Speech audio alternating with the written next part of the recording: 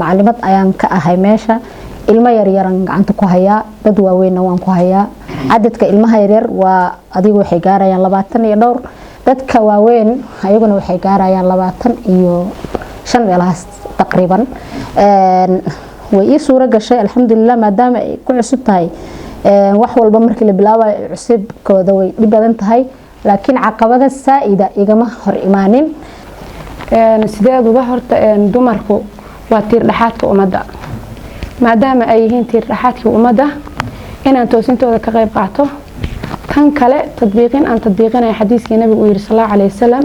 khayrakum man ta'allama al-qur'ana wa 'allama inta ay ugu dhalisay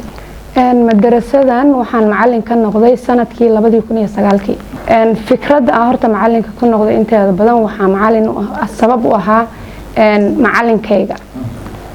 ayaan sabab u ahaa oo aad iyo aad igu dhiirigelin jiray in anagu wax isbarno hadaan dumarnahay macallinimada waxa igu dhaliyay waxyaabo badan horta kow quraankii markii ilaahay ii fududeeyo bartay nusuustiina aan in badan oo kamid arkay khayrukum man ta'allama al-qur'ana wa 'allama حديث إيه أبلغوا عني ولو آية يعني هذه الدين يعني وحاول هذا الدين والدين الرحمة وأنا الدين التبليغ معها يعني الدين لا أمس معها وها يقول لي وها كم إذا مثلا صوماليا أنا يرن جوج جري وها أرك جري نات صورة أو ماشى مريسة أو قميص يروضته أو اللي يري منا دشرب منا جورسته وها يفيدنا يس الدين تيجي مركز الدين تنادي إنا يفيدنا وحناتها أنا مارتي وأنا مهم يعني وحنقول الله هاي وأنا دين تفيدنا أنا ير عن قرآن كبرتي الحمد لله حتى أنا هوي ذي صبرتي قرآن ك إلى سورة الكهف أيضا صاحب دسيسي مركا أنا معلمة وانكسو دحجري أنت عن سوين هذا تاس مركا وحوين أو دبأ إجماعي يسون كل من حاجة معلمة حقيقة لكن سيدان إن عندك وحبروح عقبات بدن أيا مارتي كهريمت waxaad ugu muhiimsan naga hortimid gabar wax ma bari karto gabar in la yiraahdo oo gabdhihiiba aynan ku kalsooneen inay gabdhihii wax baraan oo ay yani qasri fikri ahaan yani ay moodo gabadhii maadaama aysan la qabsan hadda xiliyadan dambe alxamdulillah rabbil alamin waa la qabsanay hadda way nagu kalsoon yihiin wayna arkayaan inaan wax bari karno wayna ku qanacsan yihiin ilaa xad ma way ku qanacsan yihiin waxa kala jirta waaridku ilmaha inay ku kaansadaan oo gabar wax u kaansadaan xataa way ku adkeyd macallin yaqaaneen macallimad xoogay meena aqoon caalamku ka jirta laakiin anaga waaye waxa ay noo badneen hadda alxamdulillah marka caqabadaha ugu xooga badan taas ahayd tan labaad oo ku soo xigta waxay ahayd dadkii waaweyn markay ku yimaadaan Soomaalida gabdhihii waxay imaanayaan ayagoon waxba aqoonin alifkii aqoonin wax aqrin karin ayadoo 30 sano dhaaftay oo 50 jirto oo 25 jirto oo waxay ku imaanaysaa alif wax mala aan xariiqo karin marka xogaa caqabada badan ayaa nagala soo kulmay horta caqabadku wax allaali qofku wuxuu damcay inuu qabto caqabad baa ka sokeeya wixii gacanta loo qaadaba caqabad ayaa ka sokeyso caqabadku way tira badnaayeen aad ay u tira badnaayeen aan la soo kulanay intaan macallimada ahaa ama madarasadan aan macallimada ka soo ahaa caqabad tira badan baa la soo kulanay wax la soo koobi kara ma aan caqabadka caqabad naga soo wajahday makaanka aan deganahay kale way jirtay caqabad naga soo wajahay bulshada jirtay caqabad ehelkii asxaabtii naga soo wajahay ayaa jiray taa caqabadaha xagooda aniga maaragtay culays badan zaa'ida kama arkin waxa way arin cusub ay ahayd xisaabkina way ka baxday hadda alxamdulillah rabbil alamin shay walba waxyaabo badan ajro oo yiraahdo takayuf in la qabsado la qabsado ma u baahan tahay waa la qabsaday hadda alxamdulillah sanadadii hore way nagu adkeyd wax badan aan isli joogay 9 sano taqriiban marka ma sanadadii hore ma ayna lahayn hadda laakiin aad ayaa loo jecel yahay alxamdulillah rabbil alamin inta macallin dugsiga ah aan aqliya shay horta kabiiran ahaan jiray gacanyara dugsiga ahaan jiray hooyaday dugsiga haysatay aan gacanyara ka ahaan jiray waxa kale aan gacanyara ka ahaan jiray dugsiyada quraanka aan ka soo bartay oo kale oo quraanka markaan dhameeyay tajwiidka leega saxaayay mar walba macallimiintan saaciday jiray markii dambana oo aan bilaabay macallinimadeyda waxa laga joogaa 2000 waxaan bilaabay hadda dugsiga waxaan furtay aniga isli ka furtay 2007 I think had hal sano bas jira hal sano bar taqriiban aan hadda haya alxamdulillah qofka ugu sareeyo quraanka gaaray waxa birabinaas aan uga bilaabay sayqul sufahaa hal jisa uga dhimanay iyo bar gabdhayna ahaayeen waaweyn dadku yaryarna ayaguna way fiican yihiin taqriiban adig kala bariyo meelaha soo gaareen hikaada xoga yar naga hortimid maadaama dadkii ay jahli u badan yihiin alxamdulillah waan guuleysanay waxaan ka xusuustaa madrasada horta maraaxil bay lahayd soo martay madarasadan hadda horta taariikhdeedii kaaga sheekeeyay xilligii la aasaasay markaskan Umu Dardaa magacaan leh waxaa la aasaasay 2005 bishii 3aad 2000 iyo markii la soo gaaray 12 yaan madax banaanaanay haddaan nahay gabdhaha marka madarasada markaa u madax banaanaanay dumarkii markaa noqonay oon raggii ka madax banaanaanay ayaan caqabaad tiro badan la kulanay caqabaadka waxaa ka mid ahaa mid qowle ficil leh tusaale madarasada xilliga la aasaasay horta dadkii aasaasay khayr Allah siiyo qayb way dhinteen qaybina way nool yihiin miisaankooda xasanaadka ilaahay khayr badan ha u siiyo hadafka iyo muhiimadda madarasada loo aasaasay waxay ahayd islii waxaa ka jiray madaaris tiro badan madarasooyinkaasna dhammaantood lacag bay ahaayeen inay gabdhihii helaan madaraso quraanka ay ku bartaan oo lacag la'aan ayaa loo aasaasay alxamdulillah ilaa maanta hadafkii wuu socdo oo madarasadii tabtay ayay ku socotaa laakiin annagu markaan madax banaanaanay haddaan dumarnahay oo gooni u degnay caqabaad tiro badan baan la kulanay alxamdulillah madarasada weligeed dad walaalo oo muxsiniin ayaa soo caawin jiray lacagta kirada ka dhiibi jiray marka madax banaanaanay caqabaadkan la kulanay waxa kamid ahaa maamooyinka madarasada lacagteeda bixin jiray ayaa waxay nagu dhihi jireen markaan lacagta ka soo qaadnay aniga macallimiin kale walaalayaal yaa in kala celin doona eedo amaad isdagaashaan arintan ama xiisa in ka noqotaa marka dhaga hadalku magaaladan uu socon jiray waxayna ahayd madarasadii ugu horeysay ee islii haddaan ay lagu tijaabiyay dumarku inay wax isbari karaan waxna kala maqli karaan kalana dambeyn karaan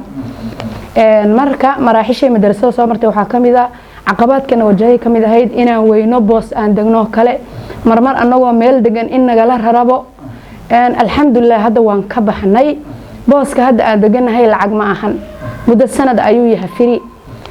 gabdha ganacsata oo gabdhaha Soomaaliyeed kamid ah ayaa booskaas ku tadawacay oo bilaash noo siiyay xaga dhaqaalaha kale mesela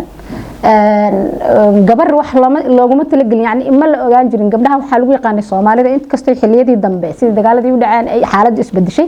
waxa loo yaqaanay in gabar la biilo ee biil qaadato marka gabar ayadu shaqeynaysa oo dukaan gadaysana waa la yaqaanaa laakiin gabar madaraso u furan tahay shilina ka qaadanaysa oo maartay kiradiina iska bixinaysa mushaarna rabta waxay noqonaysay arin xogaa la qabsado marka xogaa waxyaabo badan oo nooga hor yimaada jira dugsiga gabdhaha lacag badan inaan lagu bixin karin oo macnaha hataa waaridka dhibsanayaan ilaa ay ka arkaan wixii inay tayal yeelihiin oo markii tayadii arkaan kadib ay wax bixinayaan taas oo kale oo naga hortimid dhaqaalaha xagiisa inta badan marka dugsiga aniga waxaan ka qaataa 2,000 shilin Kenya aan ka qaataa guriga aan deganahay 40,000 waay waxa laga yaabaa marmarka qaarkood macalinka isaacideynaya xataa inaan mushaar waayo sababtu waxa weeyaan maaragtay dugsiga looma ogolo maamooyinkii iyo dadkii ma ay yani wali lama takayufin lama qabsan marka xogaa ayaba taasna way naga hortimaada iyaduna caqabad ay nagu noqotay waxa arkaysaa macallimiinta dugsiyaasha waaweyn ka furay oo macallimiinnimadooda la yaqaano inay lacag adag ka qaadayaan dadkii yani waxa anaga barayna iyo waxa iyagu barayaan isku mid ay tahay kalma fiicna kalaamullaahi wa kalaamur rahmaan waa isku mid anaguna waan soo barnaa iyaguna way soo barteen wax walba marka waxaan isleeyahay waxay u khuduucaysaa yani inaan nala qabsanin wali marka intina laga arkayo inaan iska sii dhacdhacno bay noqonaysaa taas waa halkaas waxaan kaaga soo kala tagay caqabaadka waxaa kamid ahaa dadka aan hawsha isla wadno ayay qayb ka soo wajahaysaa ilaa dadkii isku aaraam ah bulshaday ka soo wajahaysaa dhalinyaro ardaydii aad wax baraysay ka soo wajahaysaa marka alxamdulillah horta manhaj fiican ayaan u degsanay dugsiga tacliintiisa iyo waxbaristiisa waxaan sameynay ardaygu markuu dugsiga soo galo waxaan imtixaan baan ka qaadnaa waxaan eegnaa inuu wax akhrin karo iyo inuusan wax akhrin karin ardaygu hadduu yahay arday wax akhrin karayo ardayda quraankan ku darnaa markaas quraankii ahkaantiisa baa la bara ima hadduu yahay ardaygu qof aan umi ahoona waxba akhrinayn waxaan sameynaa kitaab macallimul qiraa'ah la yiraahdo la bara oo aasaaska laga soo dhisayo marka saas ayay noogu sahlanaad aad aan uga fikiraa kuwii ka badbaadin lahay dad badan cadaabka dad badanna janno u horseedi lahay inaan soo saaro kuwan inay ii noqdaan iyo kuwa kaleba inaan xaafidaad soo saaro mujawidaad aan soo saaro iga dambeeyo hadaan dhinto iyo hadii kaleba oo duqoobaba intaba inay iga dambeeyaan waan ku tala jiraa waxa igu xambaaray yani taasna aan ka fikirayo waxa way anidan ii tahay sababtu waxa way hadii la dhinto waxa way lacag ma ka tagtay lagu ma dhahayo maxaa guriga ka tagtay lagu ma laha masaajid ma dhisatay iyo waxa lagu leeyahay maxay ma tukatay iyo diinta dadka ma u sheegtay dacwo waaye diintan nabigana sallallahu alayhi wasallam loo soo diray waxa loo soo dirayna wax kala ma waxa loo soo diray waa inuu ummadan naar ka badbaadiyo oo janno u diro marka anagana hawshii nabigina sooma baxay mar dambe qof walba marka waxa xil ka saaran intuu adduunka joogo inuu ummadda wax gaarsiiyo marka diintu waxa waaye xil naga saaran nabiga sallallahu alayhi wasallam waxa uu yiri بلغوا عني ولو آية والهل آياتنا الله كريم مركا أدقيو أفري طبنكي بقولك حفظيسي أو يعني تقانيد وحوايا هذا ما لا تصدقيست هينين حتى وأنا علمي جاga صدقيست علمي هو نفعي مال لو كلا maaha maalku waa dhamaada laakiin cilmigu ma dhamaado waa in laga dhaxlo waa inuu sii socdo waa intaas aad duugan tahay oo dhan inuu ku sii anfaco marka adiga badanaysanaya inta ummadda u danaysan mid kale waxa laga rabaa hadaad qof tahay yani muslima ummadda inaad wax ku soo kordhiso hadaadan ummadda wax ku soo kordhinin waxa waaye ma yani ma sii jiraysid ma dhimanin qofkii dikrigiisu joogo laakiin uu dhintay qofkii dikrigiisu baaboo marka waxyaabo badan jiro oo sababuhu iska badan yihiin si wanaagsan bay inoo macaamilaa alxamdulillah wax dhiba kala ma kulano laakiin dugsiga soo u badan yahay baaba waxay tahay dad iyaga iswado oo waaweyn ayaa dugsiga dhigto gabdho yar yar lama qabto inta badan dugsiga waxa shardi u xiran gabadha ugu da'da yar la qabanayo 16 sano camal inay jirto qof asaga mas'uul ah oo naftiisa iswadi karaya waa inuu ahaado ismaamil karo marka waxaan u dirayaa fariin gabdhaha muslimiinta oo waaweyn oo wax fahmayna waxaan u dirayaa cilmigooda inay kororsadaan oo yani diintii fahmaan oo quraankii fahmaan oo intay ka fahmeenayna la aamusin oo gudbiyaan kuwa jahliga meelaha la jooga oo maaragtay masaakiintaana waxaan leeyahay war soo haleela dugsiyada gabdhaha oo soo haleela dugsiyada wiilasha kuwa sheekhyada sida maaragtay sheekha isku mooda sida aniga camalna inay wax barashadooda si fiican u bartaan oo quraankii iyo iraabtiisii iyo fahamkii quraanku waa luqada carabiga yani inay isim faa'ilki iyo mawqic al-i'raabki iyo maaragtay inay fahmaan jaara majruurki inay kala fahanto oo aysan iska fadhiisan inay dhihin waa xifdisana quraanku wuxuu rabaa siiqiisa iyo qaabkiisa meesha u socdo in la fahmo waxa meesha mawqic al-i'raabka kelimadu dhacayso inuu qofku fahmo hadii aadan intaas fahansanayn waxa waaye jahligi kama aad bixin marka laba majmuucan aan kala nahay majmuuca xogaa soo korortay oo wax baratay hadana iyo majmuuca kale oo aan wali wax baran majmuucada wax baratay waxaan leeyahay macallimaad kale oo kabiiraad kale oo maaragtay mudarrisaadka jaamacadaha leh oo maaragtay talabada leh daalibaad kale waxaan u dirayaa fariin ah inay maaragtay ay isii dhisaan oo cilmigooda dhisaan oo quraankii fahmaan kuwan kalena waxaan leeyahay war ka faa'iideysta noloshu waa wax yar mar dhow la dhimanaya horta bulshada waan kala qaadayaa waxaan u kala qaadayaa rag iyo dumar rag horta waxaan u jeedinayaa inay dumarku ku taageeraan haday tahay waxbarasho oo koow inay wax soo baraan inay dumarkii waqti ku bixiyaan ay wax baraan ayna ku taageeraan dumarku inay iyaga wax isbaraan yaan kula talinayaa ragga dumarkuna waxaan kula talinayaa iyagu ka dumar ahaan inay wax isbaraan oo qudraadkooda aaminaan oo gabadhu aaminto ayadoo macallimad inay macallimad noqon karto ayadoo hooyo ah inay gabdho kale wax bari karto ninka intuu maroos waxbarashadiiba inay bixin karto marka qudraadkooda inay aaminaan ayaan farayaa dumarkana waxaan rabaa inaan wax u diro fariin yar aan gaarsiiyo bulshada Soomaaliyeed waxaan dhihi lahaa qof walbo intaadan dhiman faa'iideyso adiga aniga